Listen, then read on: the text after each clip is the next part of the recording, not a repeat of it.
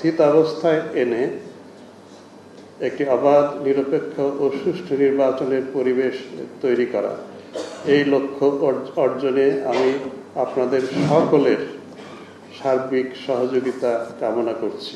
অপরাধ সংগঠিত হলে প্রযোজ্য ক্ষেত্রে পুলিশ বাহিনীর দায়িত্ব হচ্ছে তল্লাশি করা, মালামাল জব্দ করা, অপরাধীকে গ্রেফতার করে আদালতে সোপর্দ করা।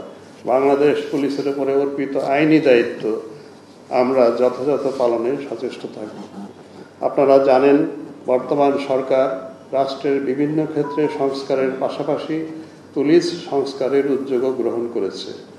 পুলিশ সংস্কার কমিশনের প্রণীতব্য সুপারিশ বাস্তবায়নের ফলে আমাদের এই প্রতিষ্ঠান সত্যিকার অর্থে জনবান্ধব হয়ে উঠবে বলে আমার বিশ্বাস।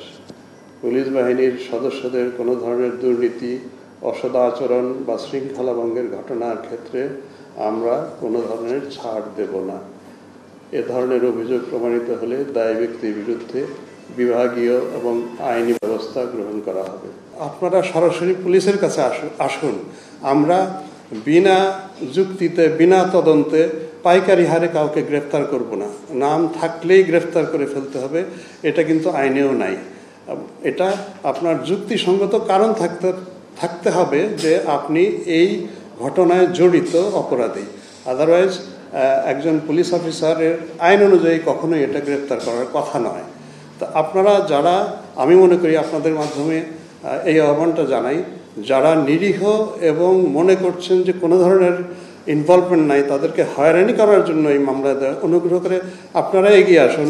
আমরা আপনাদেরকে ওইটুকু আপনাদের বক্তব্য নিয়েই আমরা এগিয়ে যাব তদন্তের মধ্যে, সো দ্যাট ফাইনাল যে আমরা রিপোর্টটা দিব কোর্টকে, আমরা তো চার্জশিট বলি, কোনো কোনো জায়গায় ফাইনাল রিপোর্ট হয়, অবশ্যই যিনি নিরীহ তিনি বাদ যাবেন এবং তাকে গ্রেফতার করার জন্য আমরা তার পিছনে ধাওয়া করব না এবং তাকে কোনো ধরনের ডিস্টার্ব করব না। এটাই হচ্ছে আমাদের এখনকার কার্যপদ্ধতি।